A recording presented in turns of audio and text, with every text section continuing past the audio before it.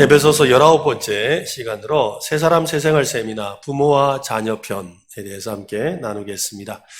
자녀는 사랑받기 원하고 부모는 존경받기 원한다. 이것은 이 자녀의 연령대나 성별이나 상관없이 또 부모와 자녀 사이에 당연히 있어야 될 세상의 기본 원리입니다. 그죠? 자녀는 사랑받기 원하고 부모는 존경받기를 원합니다. 말을 듣지 않는 아이 때문에 속이 터지는 이 부모 중에 얘야 너 왜 날 사랑하지 않니? 라고 말하는 부모는 거의 없습니다. 그보다는 얘야 너 왜 그렇게 버릇이 없니? 라고 말을 하지요. 부모는 존경받기를 원하는데 특히 갈등 상황일수록 더욱 그렇습니다. 반대로 화가 났을 때 그죠? 아이들은 또 어떻게 합니까? 엄마는 날 존경하지 않는 거죠? 라고 말하지 않아요. 아이들은 그죠? 그렇게 말하지 않습니다. 오히려 입을 뾰죽 내고는 뭐라 그래? 엄마는 날 사랑 안 해. 이러죠. 엄마는 날 사랑 안 해요. 라고 한다는 거예요. 아이들은 사랑받기를 원하지요. 그래서 엄마가 날 사랑한다, 안 한다를 이야기합니다. 특히나 부모와 자녀가 서로 대립중일 때는 더욱 그렇습니다. 자녀가 부모를 존경하든 존경하지 않든 상관없이 부모는 예수 그리스도와 이 자녀를 사랑해야 합니다. 주님께서 교회를 사랑하시는 마음으로 돌보시듯이 부모는 자녀를 사랑으로 양육하고 돌봐야 합니다. 자녀는 부모로부터 사랑을 받았느냐 받지 않았느냐 상관없이 이거 참 중요합니다. 자녀는 부모님으로부터 사랑을 받았느냐 받지 않았느냐와 상관없이 주님을 공경하듯이 부모님을 존경하며 공경해야 합니다. 이것이 여러분의 가정에 행복이 선순환하는 좋은 방향으로 흘러가는 비결입니다. 오늘 우리가 함께 읽은 말씀은 부모와 자녀 사이에 행복이 선순환하기 위해서 어떻게 해야 할지를 구체적으로 말씀하고 있습니다. 함께 세 가지 정도를 나누려고 합니다. 첫 번째로는 너희 부모를 공경하라입니다. 자녀에 대한 말씀이죠. 한번 따라합시다. 부모를 공경합시다. 이 자리에는 그죠? 부모님인 분도 있고 자녀인 분도 있고 또 부모님을 둔 분도 있고 아직까지 계신 분이 있고 안 계신 분도 있지만 그러나 우리 자녀 가정에 대한 문제들을 좀 함께 또 나누면서 또 배우고 또 우리 자녀에게 가르쳐 주기도 하고 또 부모님께 공경하는 우리 모두가 되었으면 좋겠습니다. 성경은 부모 공경에 대해서 많이 강조합니다. 어떤 사람은 이 명절에 제사를 지내지 않는다고 기독교를 불효하는 종교라고 말하곤 하지요. 그러나 기독교는 부모가 살아계실 때 효도하는 종교입니다. 그렇죠? 부모가 살아계실 때 전심을 다해서 부모를 공경하게 하지요. 돌아가신 후에 여러분 상다리가 부러지도록 제사상을 차린다고 그게 무슨 소용이 있습니까? 조상님을 위해서 부모님을 위해서 상을 차렸는데 결국 누가 먹습니까? 차린 자기들이 먹잖아요. 그죠? 그리고 혹시나 해서 또 뭐 조상님과 따라온 귀신 좀 주겠다고 그래 고실에 음식을 만들어가 지붕 위에 올리고 또 문 앞에다 갖다 놓지만 누가 먹어요? 조상도 먹지 않고 귀신도 먹지 않고 동네 개가 먹어요. 근데 그게 현실이죠. 여러분 10계명 중에 부모를 공경하라고 강조하는 5번째 계명은 다른 계명이 없는 약속들이 있습니다. 나 외에 다른 신을 두지 말아라. 또 우상을 섬기지 말아라. 또 거짓 여호와 이름을 망령되게 일컫지 말아라. 또 안식일을 지켜라. 한 다음에 5번째 계명에 가면 약속 있는 첫 계명이라고 그럽니다. 오늘 보면 신명기 5장 16절에 보면 너는 내 하나님 여호와께서 명령한 대로 내 부모를 공경하라. 그리하면 내 하나님 여호와가 내게 준 땅에서 내 생명이 길고 복을 누리리라. 부모를 공경하면 땅에서 생명이 길고 복을 누린다고 합니다. 오늘 본문도 바로 이 말씀을 인용해서 다시 강조하는데요. 2절과 3절 말씀을 한번 보십시오. 같이 한번 읽어봅시다. 시작. 내 아버지와 어머니를 이로써 내가 잘되고 땅에서 장수하리라. 내 아버지와 어머니를 공경하는 것이 약속이 있는 첫 번째 계명이고 또 이것을 잘 지키면 잘되고 땅에서 장수한다고 합니다. 부모를 공경하면 잘되고 장수합니다. 룻기에서 구약 성경 룻기가 있지요. 그 룻기에 룻이라는 여인이 나옵니다. 모압 여인이지요. 그 여인이 나오미라는 시어머니를 잘 공경했습니다. 잘 공경해서 어머니의 하나님이 나의 하나님이 된다고 하며 이스라엘 땅까지 따라 들어왔지요. 그래서 시어머니를 잘 공경했더니 어떻게 되었습니까? 다윗의 조상이 되었고 또한 예수님의 족보에 오르는 그런 유명한 여인이 되었다는 것이지요.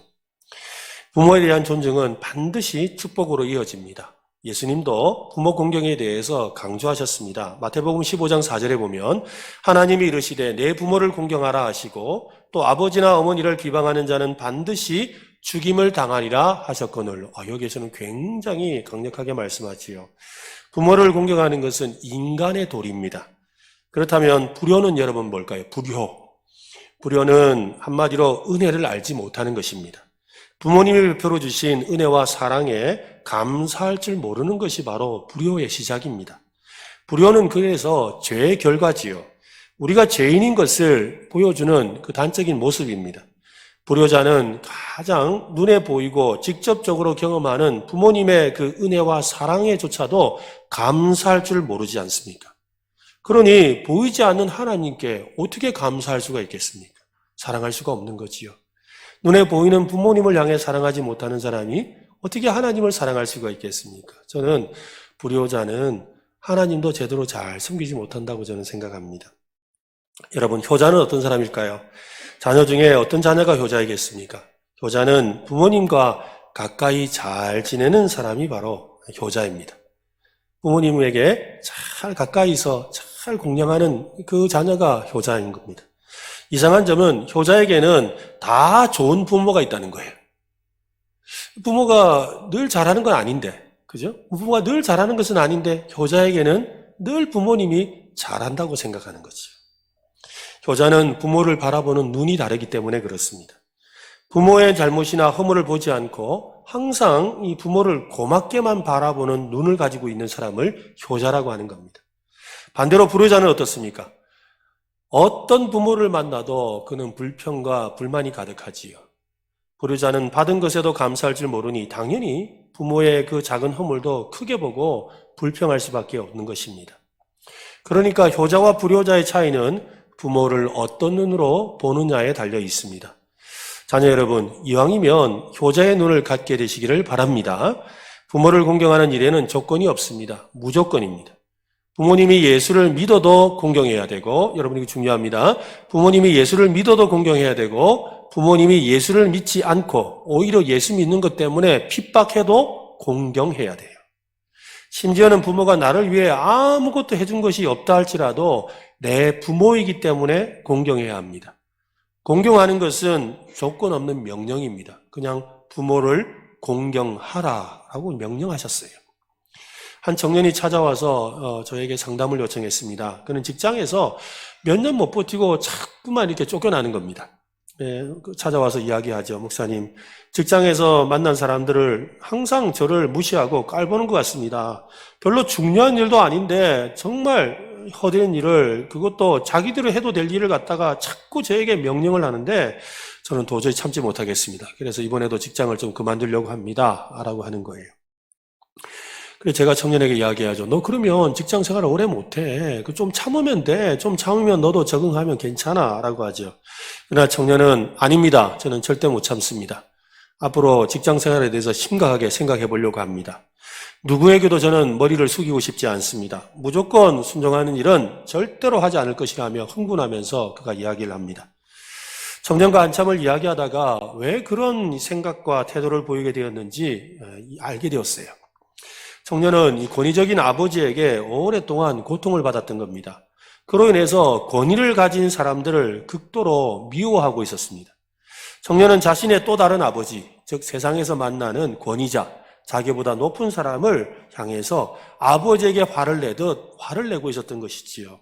한마디로 바로 이 세상을 향해서 화난, 이 세상의 권위자를 향해 화를 내는 그런 어린아이의 심령으로 살아가고 있었던 것입니다.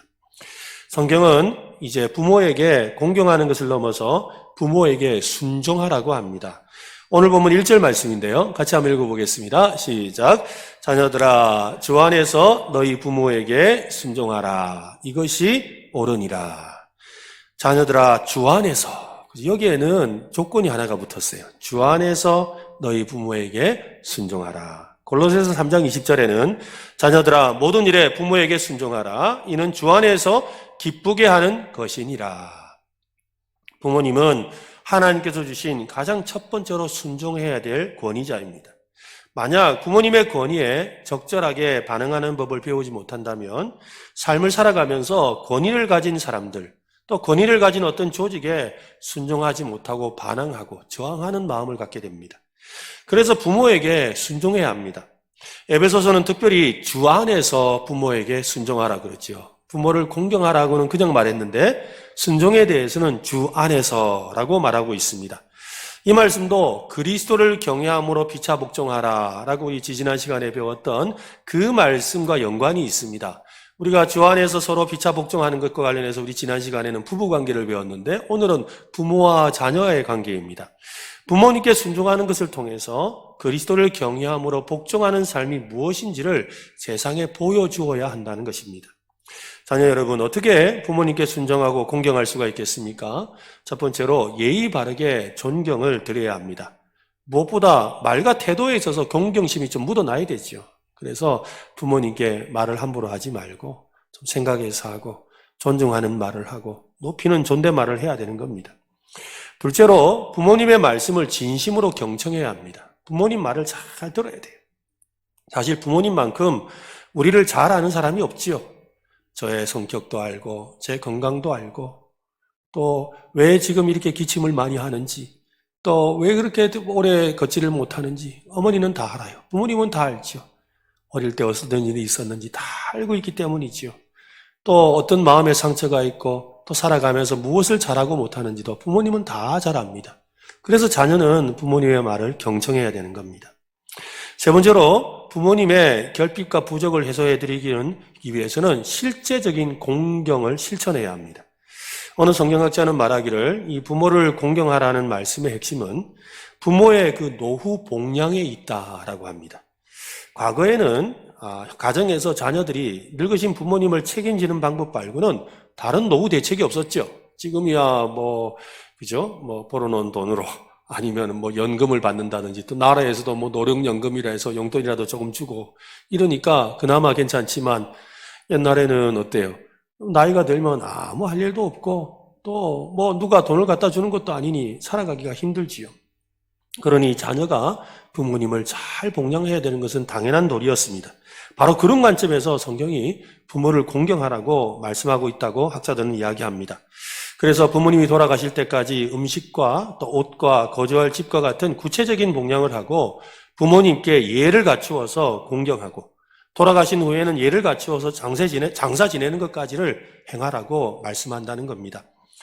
자녀들도 부모님에게 돈을 받으면 그죠? 마음을 받았다고 생각하죠. 그렇지 않습니까? 자녀들도 부모님이 용돈 주시면 얼마나 좋아요. 여러분, 부모님도 자녀한테 돈 받으면 사랑받는다고 생각합니다. 맞습니까? 맞다 해야 자녀들이 돈 준다니까요. 여러분, 여러분 부모님이 돈이 있고 없고를 떠나가 자녀들도 와서 아유 어머님 아버님 용돈 좀 쓰세요 하고 주면 뿌듯하잖아요. 자식이 사랑한다는 마음이 들어요. 야, 우리 자식이 진짜 사랑하는구나. 돈이 많고 적은 게 아니에요. 조그마한 돈. 저도 그렇던데요. 제가 생일에 저희 막내가 초등학교 들어갔을 때 그때 세상에 생일날 그 설날에 지 세뱃돈 받은 돈을 가지고 가 아빠 생신 축하드려요 하고 용돈 주는데 눈물 나더라고요. 여러분 마찬가지예요. 여러분 자녀 여러분 부모님께 용돈도 드리고 또 좋은 옷도 사다 드리고 아멘 하면 줄 텐데 그죠? 용돈도 드리고 좋은 옷도 사다 드리고 때로는 좋은 식당에 가서 맛있는 식사도 해드리고 그렇게 섬기시기를 바랍니다. 이것이 바로 부모를 공경하는 것이고 주 안에서 순종하는 비결입니다. 그렇게 순종할 때 하나님이 반드시 여러분의 삶에 큰 복을 주실 줄로 믿습니다. 두 번째로 부모가 자녀에게 해야 될 일을 오늘 본문은 두 가지로 말합니다. 첫 번째는 자녀를 노엽게 하지 말라라고 합니다. 한번 따라합시다. 자녀를 노엽게 하지 맙시다. 바울은 그리스도 안에서 새 인류, 새 사람이 된 성도는 부모와 자식 간에도 그리스도를 경외함으로 피차 복종하라고 합니다. 영적 원리를 실천해야 되는데요. 그러니까 부모도 자녀에게 피차 복종해야 되니까 자녀에게 복종해야 된다는데 아니 부모가 자녀에게 어떻게 복종을 해요? 그래서 우리 지난 시간에 우리 아내와 남편 관계에 대해서 배울 때 어떻게 했습니까? 아내는 남편에게 순종하고 남편은 아내에게 사랑하라 그랬잖아요. 그러니까 오늘 이 복종이라는 말이 다른 말로 사랑이라는 뜻이지요. 저기 사랑하는 복종을 해야 된다는 말입니다. 부모가 자녀에게 복종한다는 것은 자녀를 진심으로 사랑해야 된다는 것이지요. 아니 여러분, 자녀를 사랑하지 않는 부모가 있습니까? 부모는 자녀를 위해 모든 것을 희생합니다. 자기에게는 그죠? 열심을 내지 않지만 자녀에게는 온갖 열심을 내지 않습니까? 자녀를 위해 돈을 벌고 자녀에게 가장 많은 돈을 씁니다. 먹을 것도 못 먹고 입을 것 못 먹고 자녀를 위해 힘을 다해 희생하지요. 근데 자녀들은 부모의 사랑에 짜증을 내고 심지어 화를 내고 또 부모의 마음에 깊은 상처를 주기도 합니다. 사랑을 주었는데 돌아오는 것은 전혀 엉뚱한 것이 돌아올 때가 있습니다. 존경이나 사랑까지는 바라지 않습니다. 그저 사랑받은 대로 잘 살면 좋겠다고. 괜찮다. 내한테 잘 안 해도 된다. 네가 잘 살면 된다. 말은 그래 하는데 정말로 돌아오는 것도 없고 잘 살지도 못하면 부모 속이 말이 아니잖아요. 사랑받은 대로 잘 살면 좋는데 그렇지 못하지요. 왜 그럴까요? 성경은 그 이유를 자녀가 아니라 부모에게서 찾고 있습니다. 오늘 본문 4절 말씀을 다시 한번 보십시오. 같이 한번 읽어봅시다. 시작. 또 아비들아 너희 자녀를 도욕게 하지 말고 오직 주의 교훈과 훈계로 양육하라. 자녀들을 바르게 양육하지 않으면 자녀들을 노엽게 한다고 합니다. 자녀들이 참다가 분노를 참지 못하고 폭발하는 그런 상황을 말합니다. 사실 이건 오늘날과는 조금 동떨어진 이야기일 수도 있어요. 근데 사실 이 성경을 썼던 당시를 생각해 본다면 교대 로마의 가정에서 이 아버지의 권위는 실로 엄청났습니다. 아버지는 자기 자녀를 종으로 팔아버릴 수도 있었고 또 사슬로 묶어서 도망 못 가게 하고는 밭에서 일하게 만들 수도 있었어요.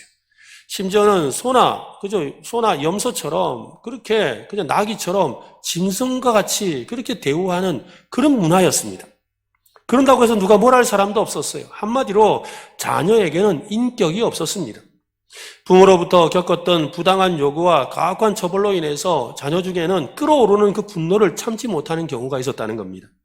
그러나 당시 그리스도를 믿고 거듭난 성도들은 자녀를 좀 다르게 대했다고 합니다. 그래서 너희 자녀를 노엽게 하지 말라는 말씀은 무슨 소리? 자녀가 왜 노해? 어디 노하기는? 하면서 오히려 더 몽둥이 들고 또 더 때려서라도 잡으려고 하는 게 로마 사회 문화였다면 예수를 믿는 가정의 이 사람들은 어떻게 해요? 자녀를 노엽게 하지 않도록 그 자녀를 존중해주는 인격적인 그런 양육을 했다라는 말입니다.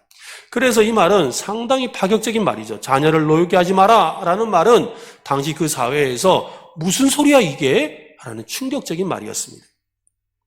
제가 오늘 설교 말씀을 준비하다가 전혀 뜻밖의 정말 충격적인 제목의 이걸 가진 책을 한 권을 발견했어요. 그 책 제목이 무엇이냐면 복수당하는 부모. 아니 제목이 부모가 복수를 당한대요. 복수당하는 부모라는 책입니다.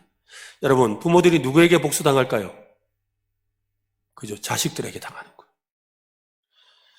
자기 자녀들에게 복수를 당한다는 겁니다. 자녀에게 심한 폭력이나 정신적인 가해를 준 부모에게 복수를 하는 것은 자업자득이라고 좀 생각해 볼 수도 있겠지요. 그런데 이 책을 쓴 저자는 자녀를 진심으로 사랑하는 부모들이 당하는 복수에 대해서 말하고 있습니다.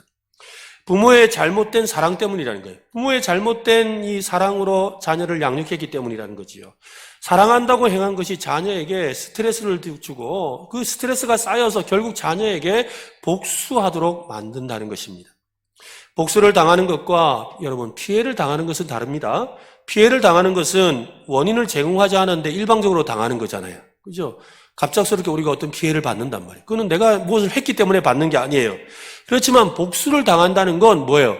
대갚아 준다는 뜻이잖아요. 그러니까 자녀에게 뭔가를 했기 때문에 그 자녀가 나에게 되돌려 준다는 거예요.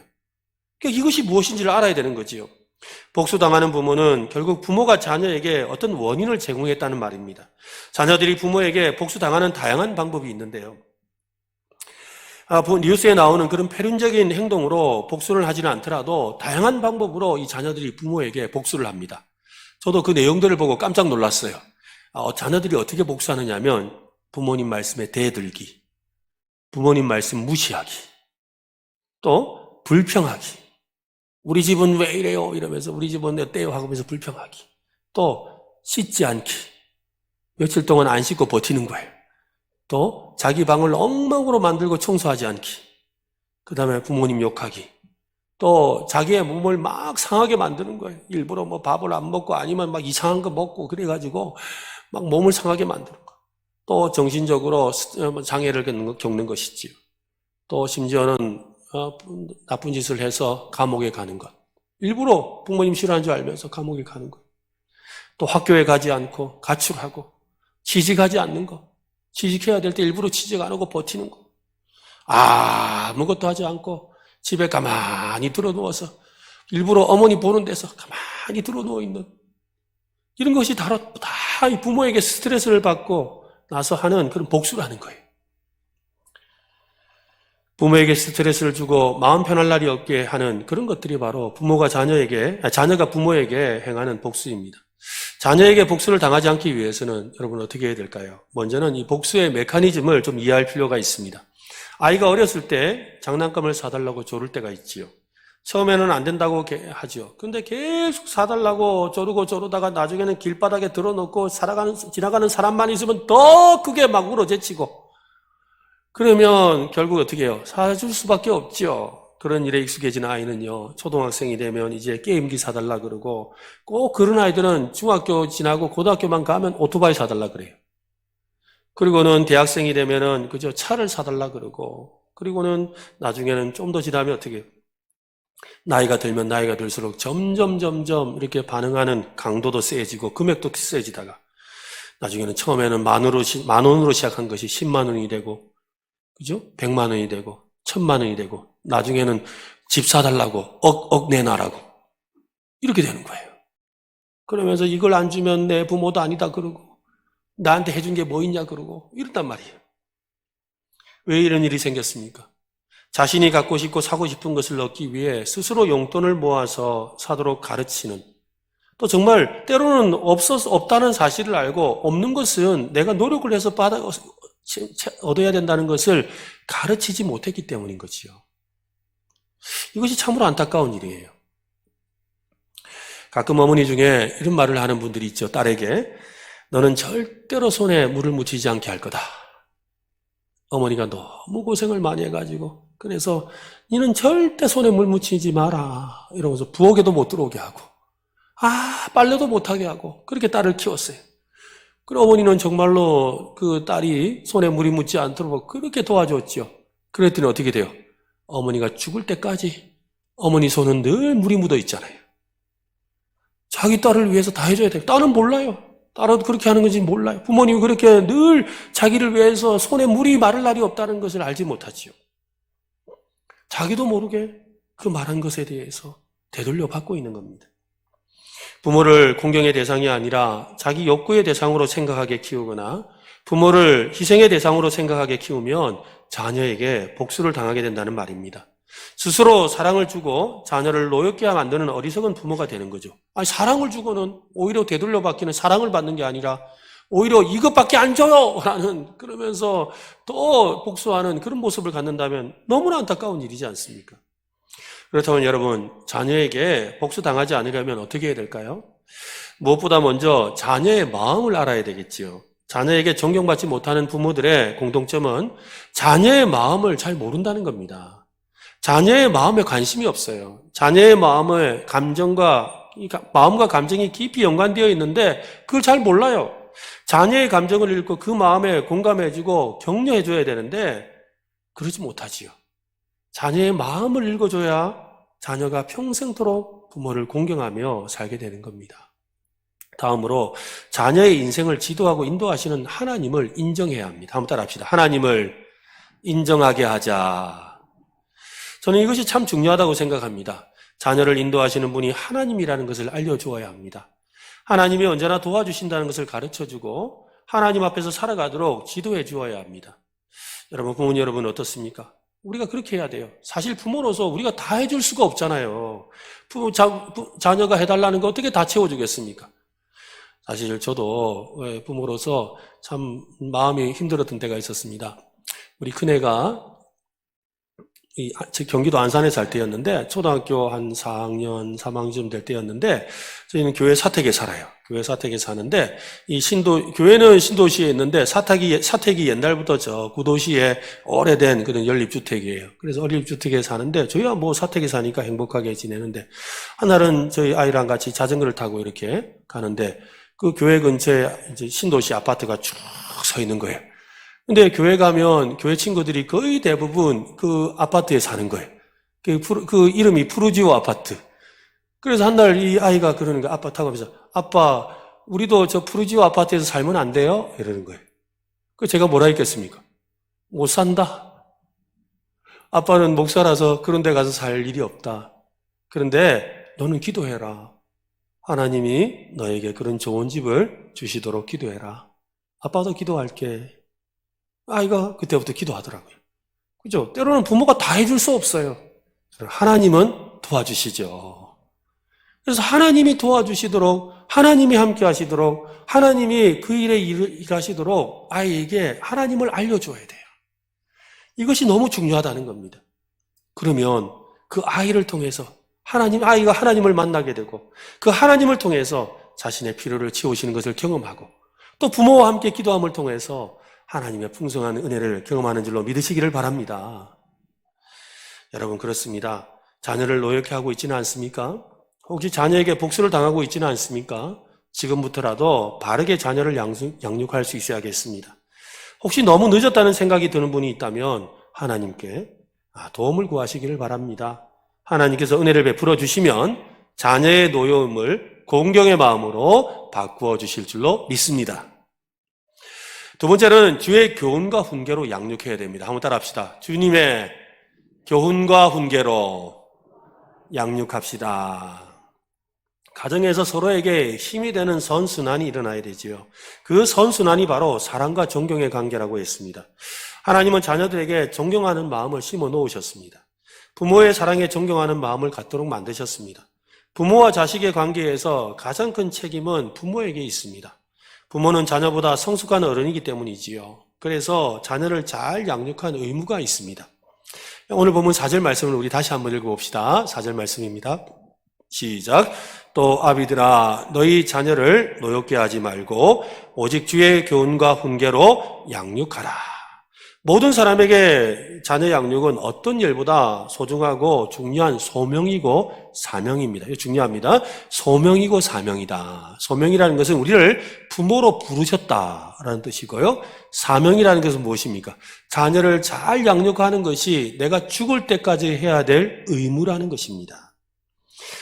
자녀를 주의 교훈과 훈계로 양육해야 될 소명과 또한 사명이 부모에게 주어졌습니다. 여러분, 여러분의 자녀를 지금 어떻게 양육하고 있습니까? 몇 가지로 우리가 좀 돌아보면 좋겠습니다. 첫째로 하나님의 은혜를 흘려보내는 양육을 해야 합니다. 한번 따라합시다. 하나님의 은혜를 흘려보냅시다.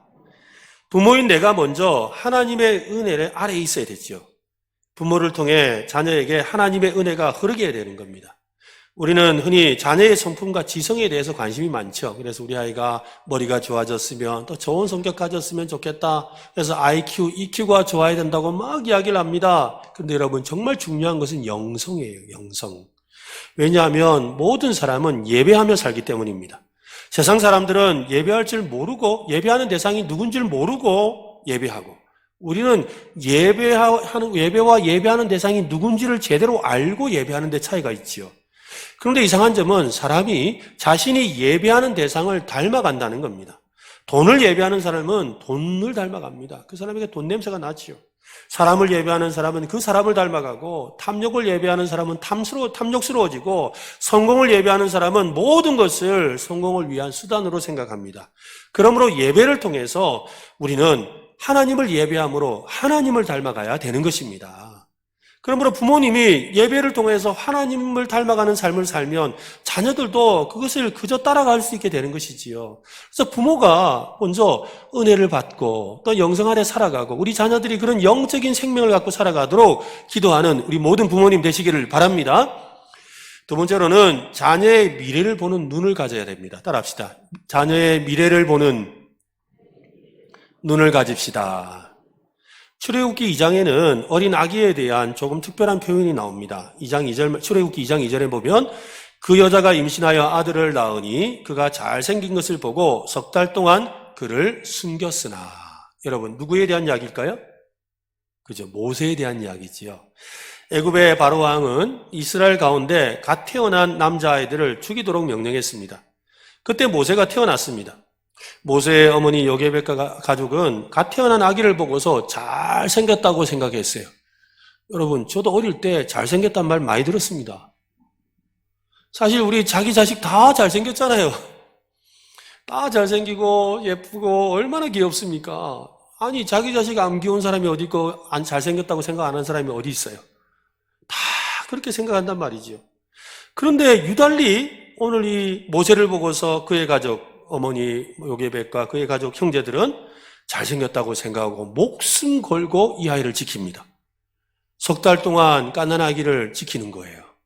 왜 그랬을까요? 도대체 얼마나 대단한 아이길래 이 아이를 그토록 지키려고 했을까요? 갓난 아이가 막 울음소리 나면 난리가 날 텐데 왜 지키려고 그렇게 노력했겠냐는 것이지요. 모세에게 단순한 외형적인 아름다움뿐만 아니라 장차 하나님의 일을 훌륭하게 감당할 사람으로 존귀함을 보았던 거지요. 이 아이를 보는 순간, 이 아이를 통해서 하나님이 뭔가를 하시겠구나. 이 아이를 통해서 하나님이 놀라운 일을 계획하고 계시는구나. 그래서 이 아이를 우리가 지켜야 되겠다. 꼭 지켜야 되겠다. 그 마음을 먹었다는 것이지요. 저도 아이를 키우면서 문득 이런 생각을 합니다. 저놈이 커서 뭐가 될까? 그죠? 저놈 장난감 갖고 노는 거 보면, 또 밖에서 뛰어노는 거 보면, 또 말하는 거 보면 저 녀석이 커서 뭐가 될까? 이런 생각을 해보지 않습니까?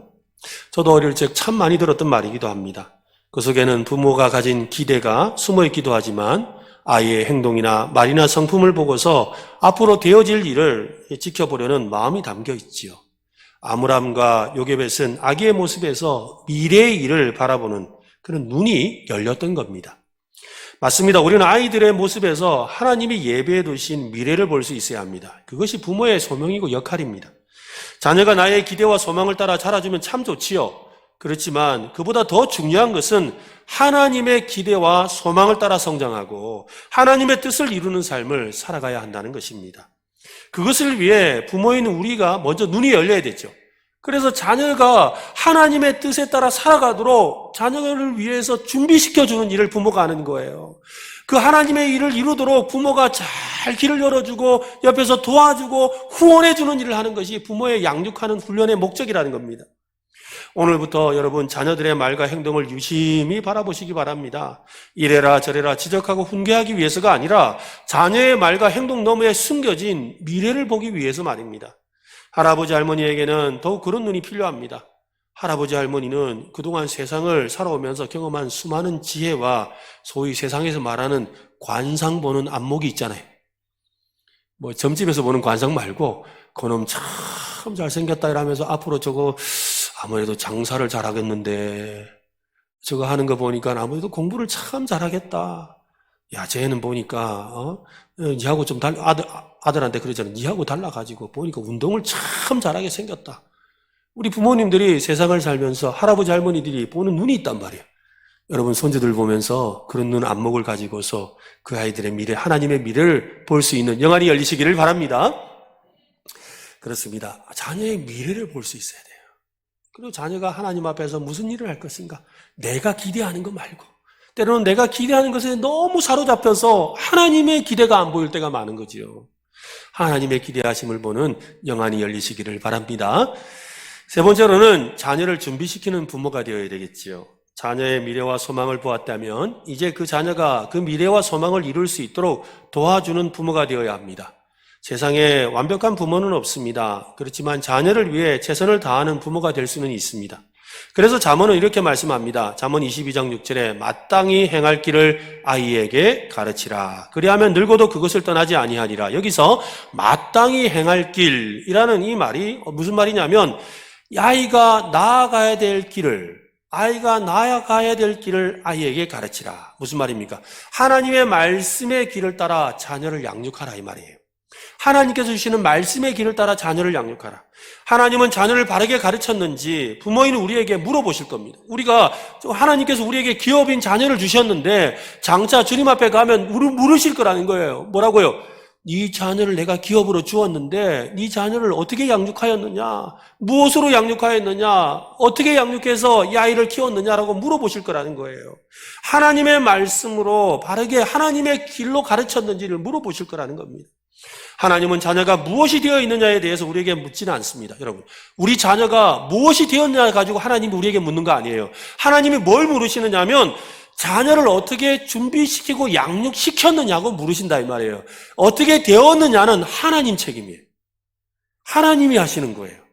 우리가 할 일은 그저 하나님이 보여주신 그 길을 따라 우리 자녀가 그 길을 가도록 내가 도와주었느냐, 훈련시켰느냐, 양육시켰느냐, 이것을 물으신다는 거죠. 이것이 부모의 책임이라는 겁니다.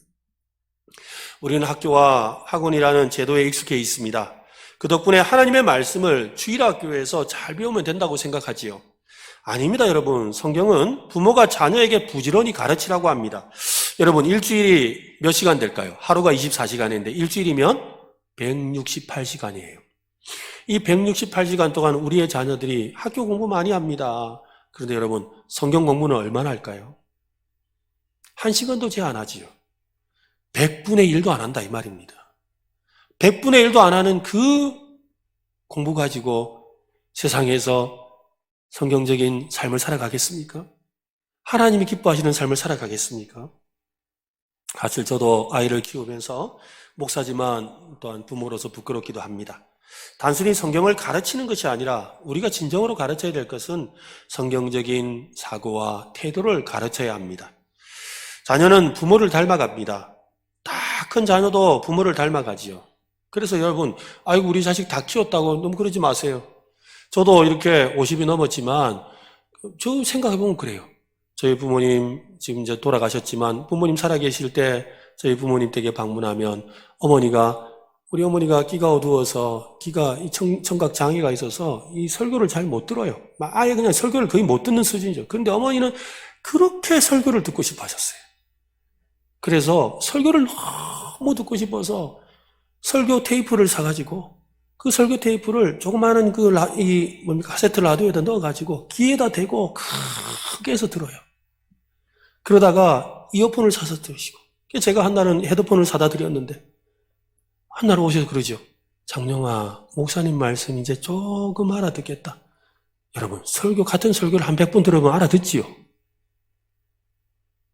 그런 어머니의 모습을 보면서 또 말씀을 읽고 또 그 말씀 은혜 받은 거 저한테 목사인 저한테 어머니가 은혜 받은 거 막 이야기하시거든요. 근데 그 모습을 보면서 마음에 도전을 받죠. 저렇게 살아야지. 맞아, 저렇게 살아야 돼. 또 아버지를 보면 늘 책상에 앉아서 성경을 읽으시거든요. 그 모습을 보면서 그래, 내가 성경을 읽어야지. 나이가 들어도 부모님의 모습에 자녀가 따라가게 되어 있는 거예요.